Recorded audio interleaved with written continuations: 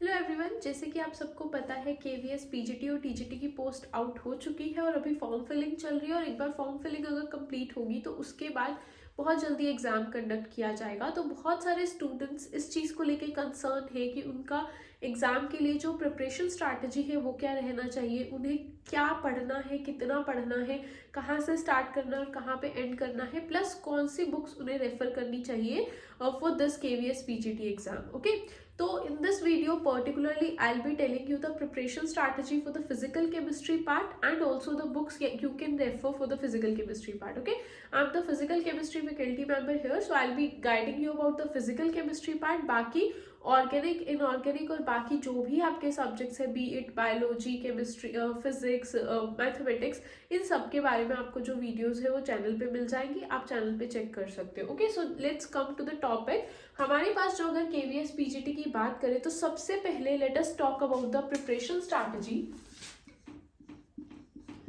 Preparation strategy हमारे पास कैसे रहने वाली है। पहले प्रिपरेशन स्ट्रैटेजी, किसी भी एग्जाम को की प्रिपरेशन स्ट्रैटेजी बनाने के लिए हमें सबसे पहला काम होता है कि हम प्रीवियस ईयर पेपर्स को एनालाइज करें। तो अगर आप प्रीवियस ईयर एग्जाम्स को एनालाइज करोगे, फिजिकल केमिस्ट्री पार्ट उसमें एनालाइज करोगे, तो यू विल सी दैट जो एग्जाम में जो क्वेश्चंस है वो मोस्टली यू कैन नॉट से कि बहुत ज़्यादा हाई लेवल के न्यूमेरिकल्स आ रहे हैं, बहुत ज़्यादा लेंथी कैलकुलेशंस वाले न्यूमेरिकल्स आ रहे हैं, लेकिन हाँ न्यूमेरिकल पोर्शन जो है वो एग्जाम में काफ़ी ज़्यादा पूछा जाता है। तो प्रिपरेशन स्ट्रैटेजी की अगर हम बात करें तो आपको सबसे पहले तो क्या करना है, पहले हमारे पास जो सिलेबस में वी हैव 7 चैप्टर्स, 7 चैप्टर्स है। वो जो डिटेल सिलेबस है उसका वीडियो भी चैनल पे है, तो आप उसमें चेक कर सकते हो। ये 7 के 7 चैप्टर्स ऐसे हैं जिसमें से कंसेप्चुअल प्लस थ्योरेटिकल और प्लस न्यूमेरिकल सब तरह के क्वेश्चंस फ्रेम हो सकते हैं। सो सबसे पहले आपको क्या करना है, इनका लेवल चेक करना है कि किसमें से +2 लेवल तक क्वेश्चन आने के चांसेस है, किसमें से बीएससी लेवल तक या मास्टर्स लेवल तक क्वेश्चन आने के चांसेस है। वो भी सब मैंने प्रीवियस वीडियो में बताया हुआ है, तो आप वहाँ पे चेक कर सकते हो। तो एक बार आपको वो आइडिया लग गया तो उसके बाद आपको क्या करना है, सबसे पहले कंसेप्ट को थॉरली रिवाइज करना है। लाइक आपने काइनेटिक्स उठाया जैसे, या आपने इलेक्ट्रोकेमिस्ट्री पिक किया, सबसे पहले थर्मोडायनामिक्स पिक किया, whatever chapter you want to pick up first, आपने वो चैप्टर पिक किया। फिर आप क्या करोगे, उसके सारे कंसेप्ट्स को गो थ्रू करोगे। ठीक है, आपने एक बार उन कंसेप्ट्स को अच्छे से गो थ्रू कर लिया। सबसे बड़ी जो मिस्टेक स्टूडेंट्स करते हैं वो क्या करते हैं ना, पढ़ेंगे, फिर रिवीजन के नाम पे दोबारा पढ़ेंगे, फिर एग्जाम आ जाएगा तो दोबारा पढ़ेंगे, एग्जाम से एक दिन पहले फिर से पढ़ेंगे, और जब एग्जाम में जाके वो क्वेश्चंस सॉल्व करने बैठते हैं तो उनसे क्वेश्चंस ही नहीं सॉल्व होते। I am sure maximum students out of you are facing the same problem कि पढ़ा तो हमने सारा कुछ है, क्वेश्चन करने बैठते तो सॉल्व नहीं होते। इसका एक ही पॉसिबल रीजन है कि आपका पढ़ने का जो तरीका है that is more on theoretical basis, कि आप चीजें पढ़ते जा रहे हो, रटते जा रहे हो, लेकिन आप उनको अप्लाई नहीं कर पा रहे, आपका क्वेश्चन प्रैक्टिस नहीं है। तो आपको क्या करना है, आपको एक बार सारा चैप्टर प्रिपेयर करना है, then you have to do the question practice. आपको क्योंकि फिजिकल केमिस्ट्री में न्यूमेरिकल पोर्शन काफी रहता है, तो आपको न्यूमेरिकल पोर्शन के लिए क्वेश्चन प्रैक्टिस करनी है। आपने क्वेश्चन प्रैक्टिस की, क्वेश्चन प्रैक्टिस करने के लिए आपने ऐसा नहीं करना कि आप सामने जो है वो बुक कॉपी रख के बैठे हो, okay you are trying to solve the question, और आपको लग रहा है अच्छा यार ये तो मेरे को फॉर्मूला याद है, कॉपी खोल के देख लेते हैं। अगर आप ऐसा करोगे तो उससे क्या होगा, आपको लगेगा ये तो क्वेश्चन मुझसे सॉल्व हो गया। आपने क्या करना है, एक बार 20 क्वेश्चंस पिक किए, 20 क्वेश्चन सॉल्व करने हैं। आपने देखना है कि मेरे 20 में से 10 क्वेश्चन सॉल्व हुए, 12 हुए, 15 हुए, इतने क्वेश्चन सॉल्व हुए। उसके बाद आपने देखना है जो 5-10 क्वेश्चन मेरे सॉल्व नहीं हो रहे वो किस टॉपिक के हैं। मुझे इसमें ये वाला फॉर्मूला भूल रहा था, मेरे को इसमें ये कंसेप्ट अप्लाई करने में प्रॉब्लम हो रही थी। आपने चॉक आउट कर लेना है कि ओके ये टॉपिक्स में से मुझे चीजें भूल रही थी। तो फिर आपने कॉपी खोलनी है और फिर आपने वो फिर से सारे फॉर्मूलाज को क्राम करना है, सारे कंसेप्ट को दोबारा पढ़ना है जिसपे आपको मिस्टेक लग रही थी।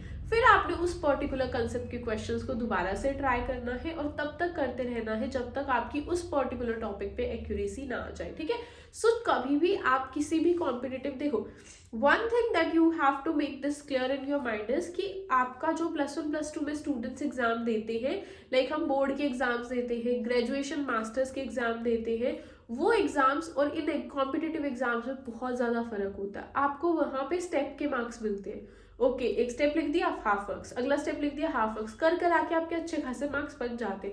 बट जब हमारे पास किसी कॉम्पिटिटिव एग्जाम की बात होती है तो कॉम्पिटिटिव एग्जाम में the thing that matters is कि क्या वो चारों ऑप्शंस में से आप एक आंसर तक पहुंच पा रहे हो। अगर आप सेकेंड लास्ट स्टेप पे भी अटक गए ना तो भी you will not be getting any marks. So आपको एप्लीकेशन बहुत इंपॉर्टेंट रहता है कॉम्पिटिटिव एग्जाम्स में। तो उसके लिए what you have to do, आपको बहुत अच्छे से अपना जो what you have to do, आपको क्वेश्चन प्रैक्टिस ज्यादा से ज्यादा करनी है, क्योंकि एग्जाम में ताकि जब आप बैठो तो आपको लगे कि हाँ ये सब तो मैंने पहले ही कर रखा है। ठीक है, so the key I will say the preparation strategy for physical chemistry part is read the chapter को रीड करने के बाद आपको क्या करना है, उसके न्यूमेरिकल प्रैक्टिस करनी है, कंसेप्चुअल क्वेश्चंस की प्रैक्टिस करनी है। जो तो आपके अच्छे से हो रहे हैं दैट इज वेरी गुड, जो उनसे पार्ट के क्वेश्चंस नहीं हो रहे हैं कॉपी खोलो, उसको दोबारा से पढ़ो, देखो कौन से पॉइंट्स आपने मिस कर दिए, कौन से पॉइंट्स आपको भूल जा रहे थे, उनको अच्छे से पढ़ो। उसके बाद फिर दोबारा से आप उन क्वेश्चंस को सॉल्व करो। ठीक है, this should be your strategy.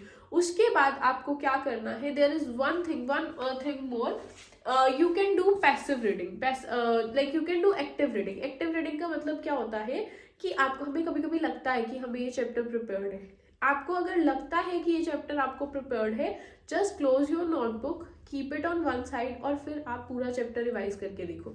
जैसे आप सोचो अच्छा मैंने कौन सा चैप्टर पढ़ा, मैंने इक्विलिब्रियम पढ़ा, तो स्टार्ट करो इक्विलिब्रियम, पहले लॉ ऑफ मास एक्शन क्या है, केपी क्या है, केसी क्या है, रिलेशन क्या है, ली-चैटलेस प्रिंसिपल क्या है, प्रेशर चेंज करने से क्या होगा, कंसंट्रेशन ऑफ रिएक्टेंट चेंज करने से क्या होगा, कंसंट्रेशन ऑफ प्रोडक्ट चेंज करने से क्या होगा।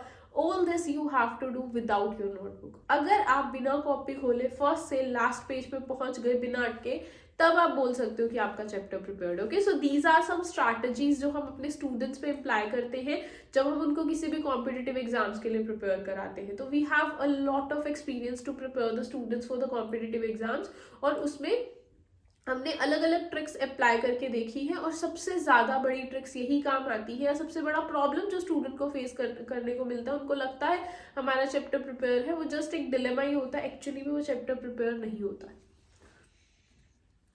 Okay, so don't forget this. Okay, तो ये सब चीजें आप अप्लाई करके देखोगे तो फिजिकल केमिस्ट्री आपके लिए बहुत इजी हो जाएगी।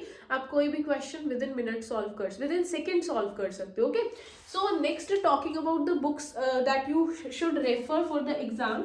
अगर बुक्स की बात करें तो सबसे पहले तो आपको जो मेन जो की पॉइंट है या जो मेन बुक है जिसके अराउंड सारा पेपर रिवॉल्व करेगा, that are the NCERT books. तो आपको जो भी 7 के 7 चैप्टर्स हैं, कुछ +1 के हैं, कुछ +2 के हैं, वो आपको +1 +2 की एनसीईआरटी बुक में से पढ़ लेंगे। ठीक है, उसके बाद जो दूसरा है, आपको क्या करना है, ये करने के बाद आपको कोई भी में हमारे पास जैसे प्रदीप्स है या मॉडर्न पब्लिकेशंस है, ये बुक्स आपको एक बार लेनी है, बिकॉज एनसीईआरटी में क्या होता है, सब कुछ बहुत प्रिसाइज वर्जन में दिया होता है। उनकी डिटेल्ड एक्सप्लेनेशन के लिए आप क्या कर सकते हो, आप प्रदीप्स की बुक को फॉलो कर सकते हो, या फिर आप मॉडर्न पब्लिकेशन की बुक को फॉलो कर सकते हो। This is for +1 +2। उसके बाद अगर आगे बात की जाए तो आपको उसके बाद क्या करना है, बीएससी के लिए आप कुरुक्षेत्र यूनिवर्सिटी या फिर लाइक पंजाब यूनिवर्सिटी की जो भी बुक्स ग्रेजुएशन लेवल की है, जो भी आपकी यूनिवर्सिटी की ग्रेजुएशन लेवल की बुक्स है, उस वाली बुक में, मतलब यहाँ पे भी हम लोग मॉडर्न पढ़ते थे और इधर प्रदीप्स पढ़ते थे, तो आपको वो चैप्टर जो है ग्रेजुएशन वाले और मास्टर्स वाले, वो भी इन बुक्स में से पढ़ लेंगे। ठीक है, सो इससे क्या होगा, इससे आपने चैप्टर +1 +2 लेवल पे भी कवर कर लिया, बैचलर्स और मास्टर्स लेवल पे भी कर लिया। This is for the thorough study, मतलब ये सिर्फ कंसेप्चुअल पढ़ने के लिए है। उसके बाद क्वेश्चन प्रैक्टिस के लिए आप क्या कर सकते हो, क्वेश्चन प्रैक्टिस के लिए you can refer the book that is errorless.